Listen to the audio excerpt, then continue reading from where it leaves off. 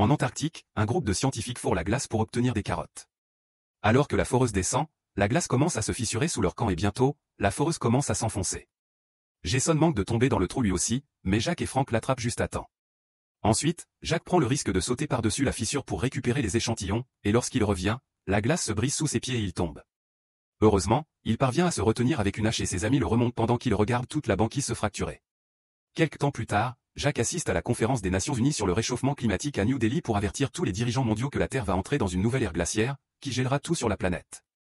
Lorsque les politiciens demandent combien de temps il reste, Jack explique que cela pourrait prendre quelques siècles, mais que s'ils ne cessent pas bientôt d'utiliser les combustibles fossiles, leurs petits-enfants en paieront les conséquences. Malheureusement, les politiciens soulignent que cela coûterait énormément d'argent et qualifient le discours de Jack de « propos sensationnaliste ». À l'extérieur du bâtiment, des manifestants protestent contre le changement climatique et un journaliste commente la neige, qui ne s'était jamais produite dans cette région auparavant et plonge la ville dans le chaos. Après la conférence, Jack retrouve Terry, qui travaille pour l'administration nationale océanique et atmosphérique. Terry est d'accord avec les propos de Jack et ils partent ensemble pour partager leurs théories.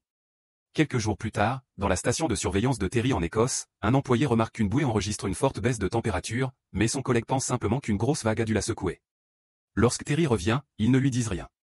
Au Japon, une journée de pluie normale vire soudainement au cauchemar quand d'énormes grêlons tombent du ciel, détruisant véhicules et bâtiments, et tuant même quelques personnes. Aux États-Unis, les rapports sur l'ouragan Melanie surprennent les experts météorologiques. C'est le plus puissant ouragan jamais enregistré et il tue des centaines de personnes. À la Station spatiale internationale, les astronautes sont choqués de voir d'énormes tempêtes inhabituelles se former dans le ciel terrestre. Pendant ce temps, le fils de Jack, Sam, prend l'avion pour New York avec son ami Brian et son béguin, Laura. Sam a peur de voler et devient encore plus nerveux lorsque l'avion entre dans une énorme tempête qui le secoue. Soudain, le pilote annonce qu'ils vont traverser une zone de turbulence, alors tout le monde attache sa ceinture et se cramponne pendant que les secousses empirent et que les sacs tombent dans le couloir. Heureusement, cela ne dure pas longtemps et Sam réalise qu'il tient la main de Laura, alors il la lâche rapidement. Lorsqu'ils arrivent à New York, ils sont surpris de voir un grand groupe d'oiseaux voler vers l'ouest, comme s'ils fuyaient quelque chose. En réalité, les animaux dans les fermes et les zoos adoptent également un comportement étrange, comme s'ils avaient peur. Sam et ses amis participent au concours et s'en sortent assez bien, mais Sam ne peut s'empêcher de remarquer qu'un garçon d'une autre école, nommé JD, ne cesse de flirter avec Laura. Plus tard, à la station de surveillance, Terry remarque enfin la bouée signalant la chute de température océanique. L'employé lui raconte ce qu'il a vu l'autre jour, et il découvre bientôt que plusieurs bouées envoient le même rapport, ce qui signifie que ce n'est pas un dysfonctionnement.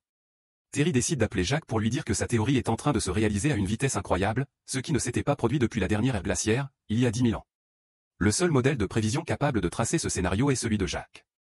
Alors que les journaux annoncent que l'ouragan Melanie s'aggrave et que les gardes-côtes ferment les plages, un technicien d'un centre météorologique en Californie est occupé avec sa petite amie au lieu de travailler.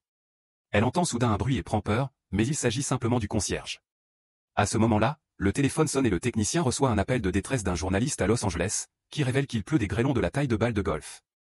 Le technicien vérifie la télévision et apprend qu'une tornade est en train de se former à Los Angeles, alors il appelle son patron pour l'avertir. L'homme sort et découvre que la tornade est plus grande que la moyenne. De retour auprès de Jack, lui et ses collègues regardent les images filmées par les hélicoptères d'information, qui montrent plusieurs tornades se formant très rapidement autour de Los Angeles et détruisant tout sur leur passage. Les gens paniquent et essaient de fuir, mais même les gros véhicules sont emportés et bientôt, les bâtiments commencent aussi à s'effondrer. Le centre météorologique est également touché et parvient à peine à se maintenir debout sur les ruines ensuite. Bientôt, le président ordonne la suspension de tout le trafic aérien, mais 2 avions ne reviennent pas à temps et s'écrasent dans le Midwest. Une réunion d'urgence est convoquée au Bureau du changement climatique mondial à Washington DC, où l'on partage des rapports sur des phénomènes météorologiques violents et étranges venus du monde entier. Grâce à la confirmation de Terry, Jack peut expliquer que cela se produit à cause des courants de l'Atlantique Nord, qui sont affectés par la fonte des glaces polaires dues au réchauffement climatique. Il mentionne également que ce n'est que le début et que cela va empirer très vite.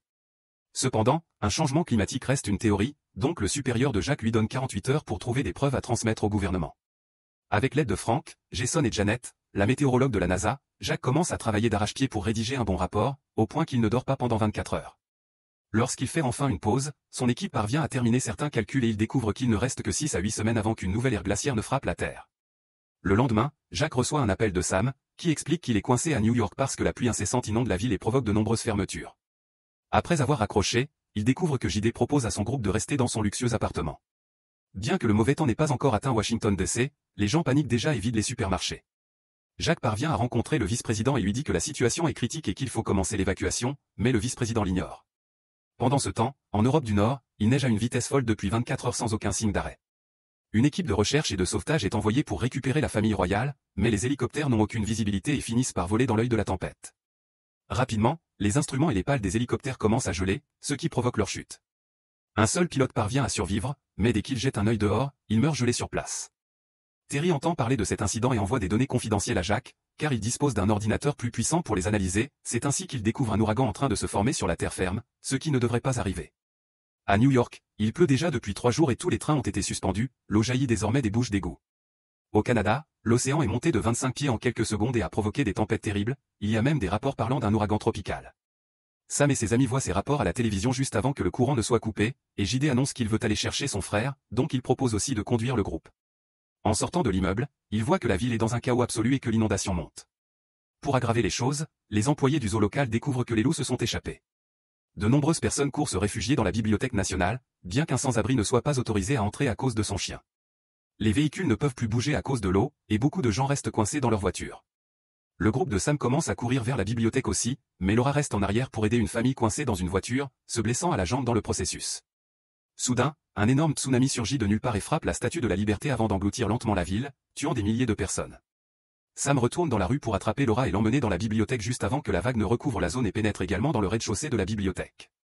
Quelques instants plus tard, Jack termine ses calculs et appelle Terry pour l'informer que l'air descend trop rapidement, créant des tempêtes au Canada, en Écosse et en Sibérie, qui deviennent de plus en plus grosses et atteindront bientôt d'autres régions. Leur estimation de 6 semaines était fausse, cela ne prendra que 48 heures avant que la nouvelle ère glaciaire ne commence. Ils ne peuvent rien faire pour l'arrêter, seulement essayer de sauver des vies. À ce moment-là, Jack reçoit une alerte sur ce qui se passe à New York et se précipite pour retrouver sa femme Lucy. À New York, tous les survivants, y compris le chien, essaient de se mettre à l'aise dans la bibliothèque. Personne n'a de réseau sur son téléphone, alors Sam cherche une cabine téléphonique. Il finit par descendre à un étage inondé pour en trouver une et appelle immédiatement ses parents pour leur dire qu'il va bien. Jack l'informe de ce qui se passe réellement, lui demandant de rester à l'intérieur parce que la tempête va empirer et que toute personne à l'extérieur mourra gelée. L'eau à cet étage monte à vue d'œil et finit par atteindre le plafond, mettant fin à l'appel. Pendant un instant, Laura pense que Sam s'est noyé, mais heureusement, il réussit à sortir en nageant. Ensuite, Laura cherche des vêtements secs pour Sam et le serre dans ses bras pour lui transmettre sa chaleur corporelle. Quelques instants plus tard, tout le monde entend un bruit étrange et en regardant dehors, ils sont choqués de voir un cargo naviguer dans les rues inondées, écrasant les véhicules sur son passage. Pendant ce temps, Jack décide d'aller à New York pour sauver son fils, peu importe le danger. Son supérieur sait qu'il ne pourra pas l'en empêcher, mais lui demande d'abord d'essayer encore une fois avec le gouvernement, car cette fois, ils ont une réunion avec le président lui-même. Pendant la réunion, Jack fait une présentation impressionnante et suggère que les habitants du Nord devraient aller aussi loin que possible vers le Sud, peut-être même jusqu'au Mexique. Le vice-président désapprouve à nouveau tout ce que dit Jack, mais cette fois, il se fait immédiatement réprimander par l'équipe du président pour ne pas avoir prêté attention à cela plus tôt.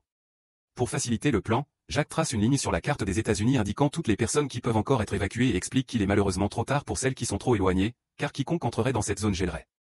Après le départ de Jack, le vice-président tente encore de s'opposer à l'évacuation, mais le président l'ignore et approuve le plan de Jack. De retour à la station de Terry, le bâtiment perd l'électricité et l'équipe décide de boire de l'alcool, car elle pense qu'elle ne sera pas secourue. À New York, la bibliothèque est également sans courant. Le sans-abri remarque que l'inondation a gelé et que des gens en profitent pour marcher sur la glace vers le sud, donc les survivants dans la bibliothèque commencent à se préparer à faire de même. Sam tente de les en empêcher en leur expliquant ce que Jack a dit, mais la plupart ne l'écoutent pas et partent quand même. Seul un petit groupe reste, et comme la température chute très rapidement, ils n'ont pas d'autre choix que de commencer à brûler des livres pour se réchauffer. Ils cassent aussi les distributeurs automatiques pour avoir un peu de nourriture et utilisent les tapis comme couverture. En dehors de la ville, les gens souffrent du froid et regrettent d'avoir quitté la bibliothèque, certains commencent même à mourir. Pendant ce temps, le Mexique ferme ses frontières car il ne peut plus accueillir de réfugiés américains. Toutes les routes sont bloquées par les embouteillages, alors les gens commencent à traverser la rivière pour atteindre le Mexique en tant qu'immigrants illégaux. Quelques heures plus tard, la circulation commence enfin à bouger de nouveau parce que le président américain a conclu un accord, il annulera toutes les dettes de l'Amérique latine en échange de l'ouverture des frontières. Dans un hôpital à Washington, Lucy lit à l'un de ses patients quand elle reçoit une mauvaise nouvelle, les gens ont paniqué et se sont enfuis, il ne reste donc plus aucune ambulance. Une collègue dit qu'il y a un policier avec un chasse-neige qui peut aider, mais le patient ne peut être déplacé que dans une ambulance. Lucy dit à sa collègue de partir pendant qu'elle reste avec l'enfant pour attendre de l'aide appropriée. De son côté, Jack est surpris de recevoir l'aide de Frank et Jason pour aller sauver Sandy utilisant l'équipement scientifique conçu pour l'Antarctique, ils traversent les terres gelées en camion, mais le véhicule finit par heurter un obstacle. Ils n'ont désormais pas d'autre choix que de continuer à pied avec des raquettes, reliées par une corde.